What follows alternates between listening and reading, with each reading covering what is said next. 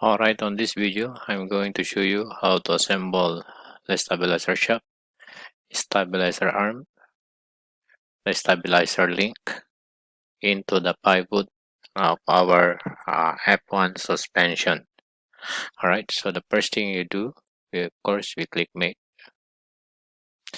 and then we clear first the selection, we select this shaft, the round part, and then of course this hole, we make them concentric. Alright, so once concentric, we can move them back and forth. Okay, so this stabilizer arm round face together with this shaft should be also concentric. Okay, so now we can move it inside.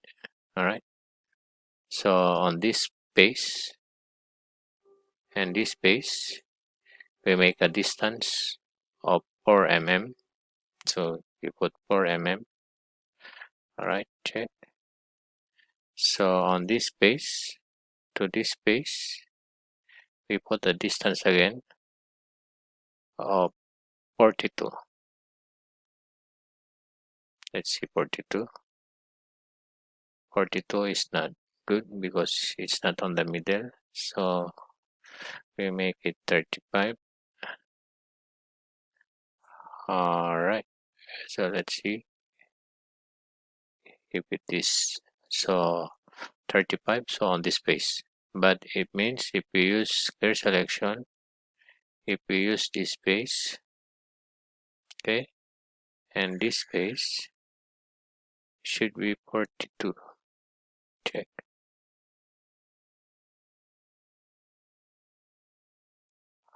Alright, it's almost there, but it's not quite, so we make it 41. Alright, once okay, then we already put our stabilizer arm so that the stabilizer arm will not twist on the shaft. We have to select one face of the teeth, like this face, and this face. Alright, so we make them parallel.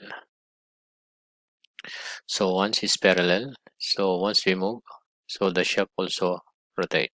Alright, so next is this pin for our stabilizer link. We make this one concentric. This one we put on the upper hole. Okay, check. So this space and this space, again we make it distance of 2 mm. Alright, let's see if it is okay on both sides. So alright, it's okay, so 2 mm. So once it is done, alright, so this link, okay, we can make this one here concentric. Alright, concentric. Alright, so on this link, okay, we are going to align it first properly. So once it's aligned properly, we can select this ball, and then we can select the inside. Alright, so we make it tangent. Alright, once they are tangent, okay, so this rod and this rod, we must make them concentric. Okay, so once it's concentric, then it's already okay, so we can lock this shaft and this rod so that it won't extend. So select this shaft and select this shaft, and then make them lock, then check. So it's already locked. Now we can see if our assembly is okay. We will try to move this back and forth. So if you notice, it's moving back and forth. Alright, so the assembly of the stabilizer link, arm and shaft is already completed.